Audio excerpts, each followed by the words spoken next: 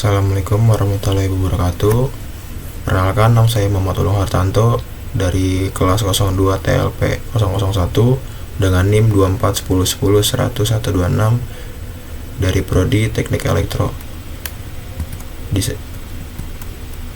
sini saya ingin mempresentasikan tentang statistika dan statistika deskriptif. Statistika deskriptif adalah cabang statistika yang berfokus pada peringkasan dan penggambaran data. Tujuannya adalah untuk memberikan gambaran umum tentang karakteristik utama dari suatu kumpulan data.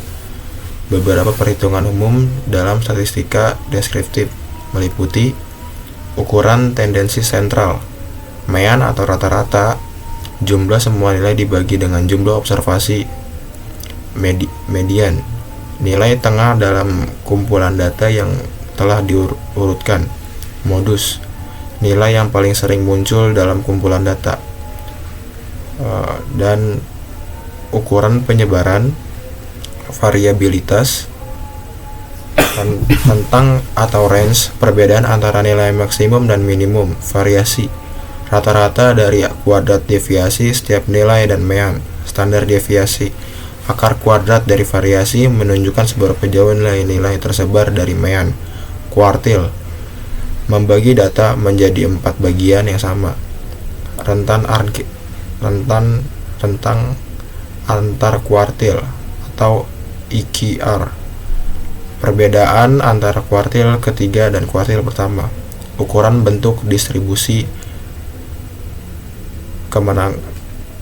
kemancangan, skewness, mengukur asimetris distribusi data, kurtosis, mengukur keruncingan atau datarnya puncak distribusi. Dan berikut ini contoh soal dan berikut jawabannya. Sampel nilai dari 10 mahasiswa sebagai berikut: 75, 80, 65, 90, 70, 85, 95, 60, 75, dan 80. Mean atau rata-rata, jumlah semua nilai 70 tambah 85 tambah 80 tambah 65 tambah 90 tambah 70 tambah 85 tambah 95 tambah 60 tambah 75 tambah 80 sama dengan 775. Jumlah siswa nilai titik 2 mean titik 2 775 dibagi 10 sama dengan 77,5. Median, urutkan data dari yang terkecil ke terbesar: 60, 65, 70, 75, 75, 80, 80, 85, 90, 95. Karena jumlah data genap 10, median adalah rata-rata dari dua nilai tengah. Data ke-5 dan ke-6, median 75 tambah 85 dibagi 2, hasilnya 77,5. Modus nilai yang paling sering muncul adalah 75 dan 80, masing-masing muncul 2 kali. Ini adalah data bimodal. Rentang atau range, nilai tertinggi 95, nilai terendah adalah 60. Rentangnya 95 dikurang 60 sama dengan 35. Selanjutnya variasi dan standar deviasi. Untuk menghitung variasi, kita perlu mencari selisih setiap nilai dari mean, mengkuadratkan, menjumlahkan, lalu membagi dengan n dikurang 1 untuk sampel. 75 dikurang 77,5 pangkat 2 sama dengan 6,25. 80 kurang 77,5 pangkat 2 sama dengan 6,25. 65 dikurang 77,5 di pangkat 2 sama dengan 156,25. 90 dikurang 77,5 pangkat 2 sama dengan 156,25. 70 kurang 77,5 pangkat 2 sama dengan 56,25. 85 dikurang 77,5 pangkat 2 sama dengan 56,25. 95 kurang 77,5 pangkat 2 sama dengan 306,25. 60 dikurang 77,5 pangkat 2 sama dengan 306,25. 75 dikurang 77,5 sama dengan 6,25. 80 dikurang 77,5 pangkat 2 sama dengan 6,25.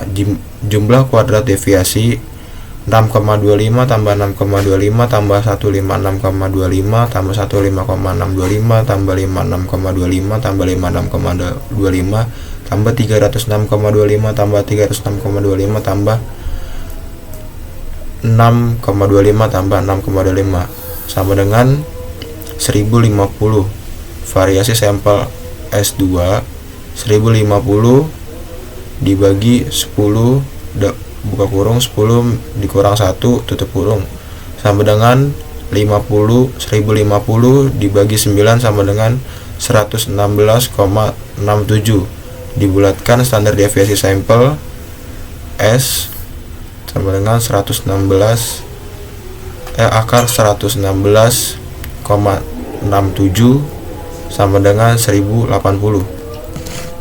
Berikut ini estimasi parameter. Estimasi parameter adalah proses menggunakan data sampel untuk membuat intervensi atau perkiraan tentang parameter populasi yang tidak diketahui.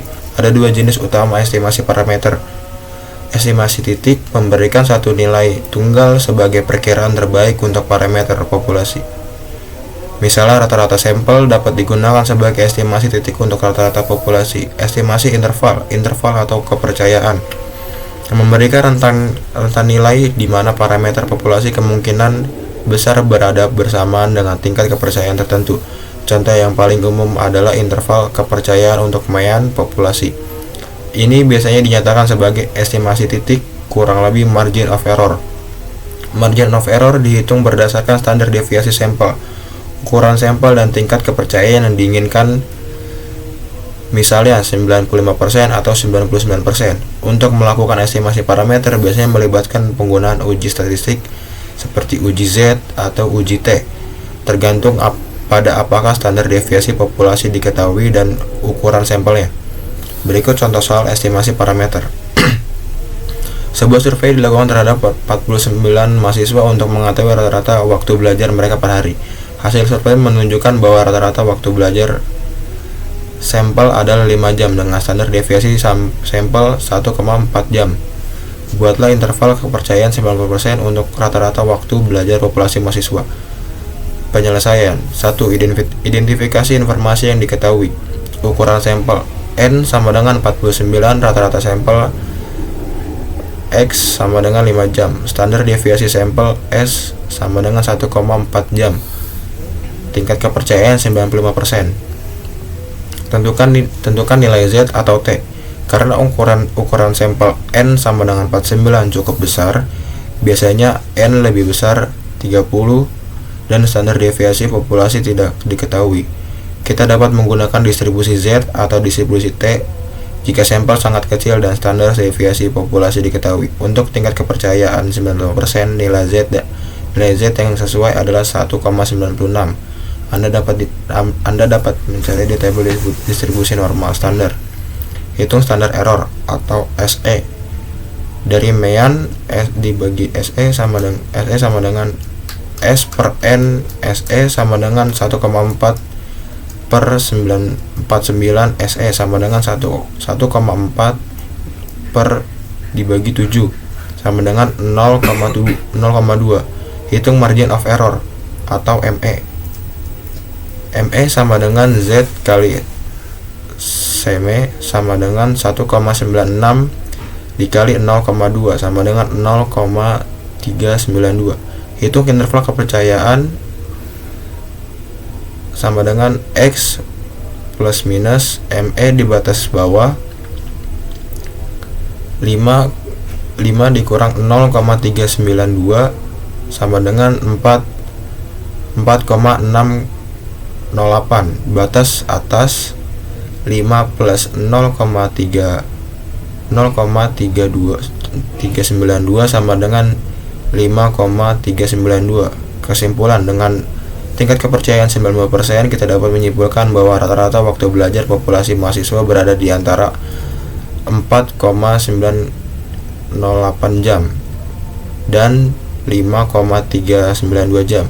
Artinya jika kita mengambil banyak sampel dan membangun interval kepercayaan dengan cara ini, sekitar 95% dari interval tersebut akan mengandung rata-rata waktu belajar populasi yang sebenarnya. Sekian dari saya, kurang lebihnya mohon maaf. Wassalamualaikum warahmatullahi wabarakatuh.